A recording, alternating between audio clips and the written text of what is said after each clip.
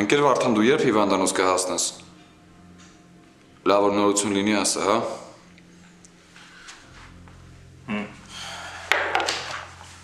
Վարդանն արդեն հիվանդանոցի ճանապարհին է։ Երևի արդեն վիրահատում են Սահակին։ Լավ եղավ որ Սահակոին տարանք հիվանդանոց։ Հիմա մնում է մենակ Սահակոին պաշտպանենք։ Ու մեզ լավ փաստաբան է պետք տղերք։ Փաստաբան կա։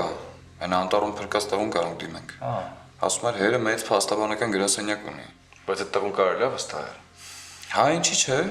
Այսքան ժամանակ կա անցել ու մեր պահով ոչ մեկին բան չի ասել։ Բայց այդ հեչ։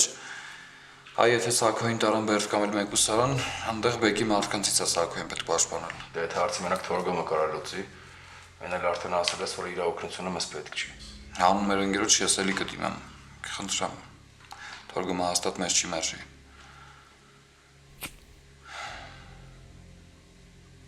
Ինչ ես մտածում դա։ Մտածում եմ ինչը սկսել ենք պիտի մինչև վերջ տանենք առաջ։ Որովհետև այս ամեն ինչը ինչքան ձգձգվեց, հավանականությունը մեծ է որ մեզ կգտնեն։ Բայց երբ ոնց որտեղ։ Այն ժամանակ Թորգոմներն աղոթք են տալիս, մենք կատարում ենք, իսկ հիմա ամեն ինչ փոխվել է։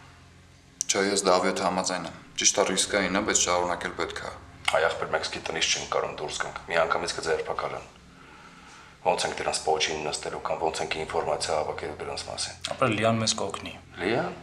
Դու պատրաստ ես վստահել մեկին, ում սկի չես էլ ճանաչում։ Մանավանդ որ բեկի քածն է։ Հա, Լիային չենք ճանաչում, բայց Մարիշին ճանաչում ենք, չէ՞։